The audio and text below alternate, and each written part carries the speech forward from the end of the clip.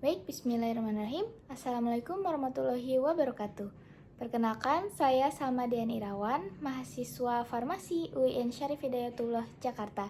Jadi hari ini saya ingin berdiskusi dan menyelami secara mendalam terkait prinsip dasar TIP atau metode pengobatan Islam yang membedakan dengan pendekatan medis konvensional dan menggali makna dan peran fisis atau dokter dalam diri kita secara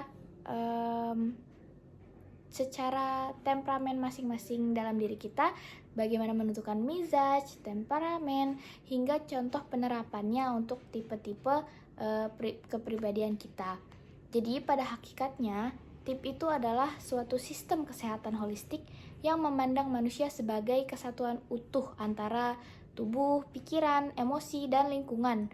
Jadi berakar pada ajaran Hippocrates, Galen, dan Ibnu Sina. TIP ini menekankan 4 pilar utama, yaitu temperamen, fisis, humor atau cairan tubuh, dan faktor gaya hidup.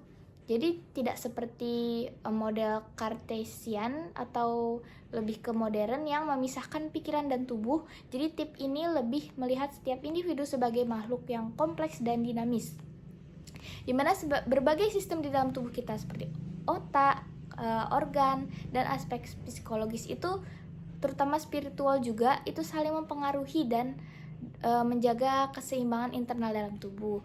Jadi prinsip-prinsip dasar dalam TIP itu ada yang namanya holisme atau melihat tubuh, jiwa, emosi, dan lingkungan itu sebagai satu kesatuan. Kemudian ada empowerment atau pasien itu diberdayakan bertanggung jawab atas kesehatannya. Jadi segala sesuatu penyakit itu dipercaya terjadi karena atas dasar faktor dari gaya hidup si pasien tersebut.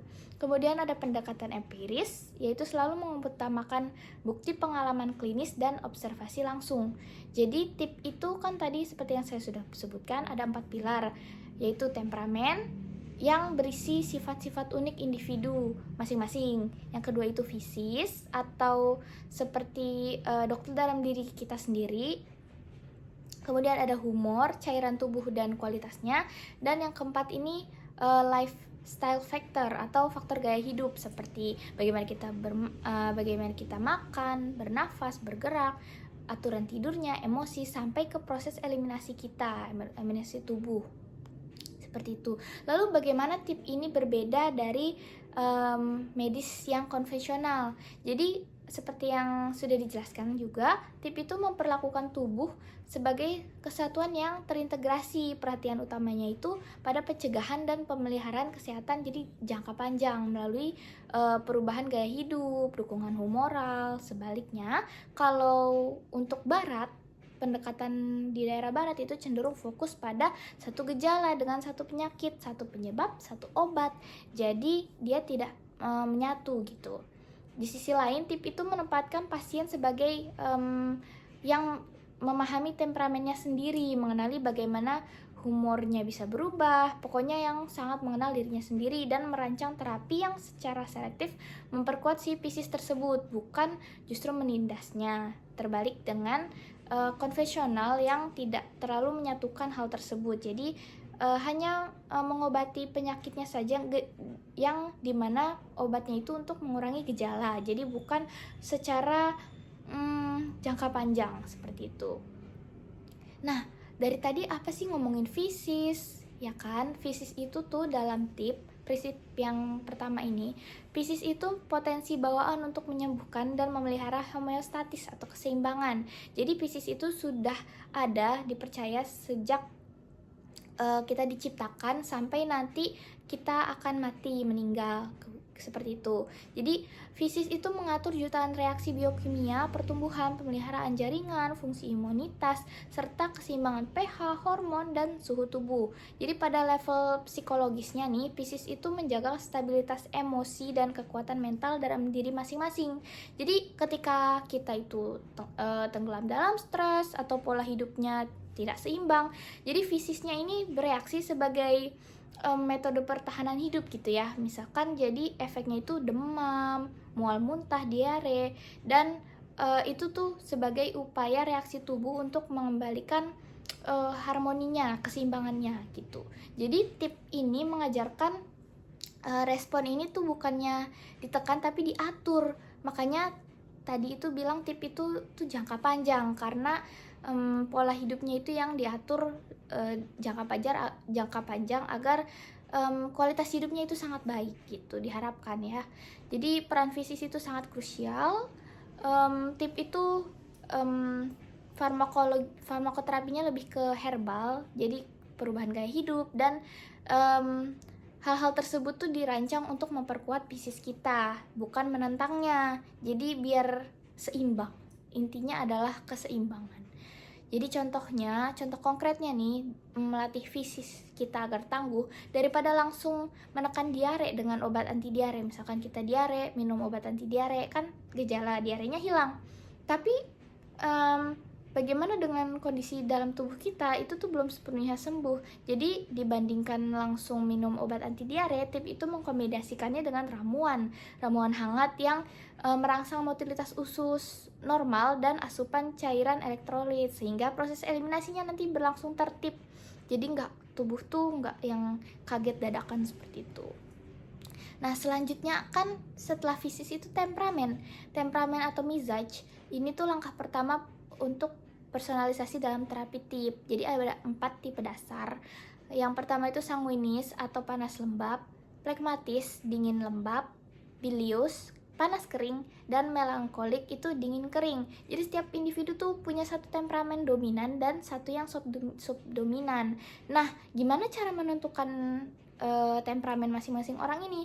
Bisa dengan kuesioner kebiasaan sehari-hari, misalnya dari preferensi suhunya, individu tersebut lebih prefer di suhu apa, kemudian kecepatan bicara, pola tidur, observasi kerangka tubuh, tekstur kulit, itu fisik ya. Kemudian analisis nadinya, bagaimana lajunya, ketegangan, kelembutan suatu individu tertentu, seperti itu.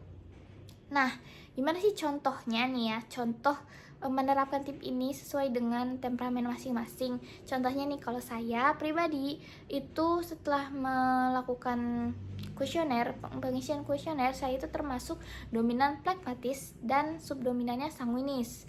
Jadi menurut data, menurut sumber buku tip ini, dari tip ini, profil dengan dominan dan subdominan tersebut itu cenderung tenang, stabil, dan menyukai rutinitas yang bersifat phlegmatis, namun punya sisi komunikatif dan mudah termotivasi. Nah, sifat yang komunikatif dan mudah termotivasi ini pengaruh dari sanguinis, seperti itu. Kemudian secara humoral, apa sih humoral cairan tubuh? Mereka tuh dominan kan dingin dan lembab, namun punya juga sedikit panas dan lembab yang membantu inisiatif. Jadi keseimbangannya dari situ. Nah, buat lebih lagi menjaga keseimbangan itu harus diperlukan diet yang dibangun di atas prinsip hangat dan kering yang ringan, jadi agar stabil. Kemudian bagaimana caranya? Dari pola makan juga bisa, yaitu mengurangi konsumsi sayuran mentah seperti kol, timun, jadi agar ditingkatkan panasnya tidak terlalu lembab ya. Kemudian ditingkatkan rempah hangatnya, jahe, lada, kemudian makanan yang dipanggang atau direbus. Kemudian bagaimana dengan sistem napas? Ini kan berpengaruh pada pola hidup. Nafasnya itu terfokus, kan nafas itu secara teoritis ada pola-polanya. Misalkan kalau pribadi saya lebih cocok ke pola 4, 6, 8 untuk mengurangi kelembapan berlebih, seperti itu. Kemudian aktivitas fisiknya bagaimana? Direkomendasikan yang seperti jalan cepat di pagi hari, berenang di air hangat. Terus kemudian bagaimana pola tidurnya? Harus tidur 7-8 jam dan dibatasi tidur siangnya. Jadi tidak boleh terlalu lama tidur juga agar seimbang gitu, tidak terlalu lembab gitu, tidak terlalu dingin. Seperti itu. Kalau misalkan mengatur rutinitas, bangun jam 5:30 atau bangun subuh gitu ya untuk sholat tahajud. Kemudian nanti di 5:30 itu olahraga ringan, jalan cepat. Kemudian nanti sarapan di jam 7, terus makan siang di jam 12:30. Oh iya, nanti juga bisa diselipin cemilan dengan meminum teh jahe seperti itu. Kemudian nanti di jam 3-nya juga bisa makan, terus kemudian makan malamnya nanti dibatasin sampai jam 6, itu langsung stop makan.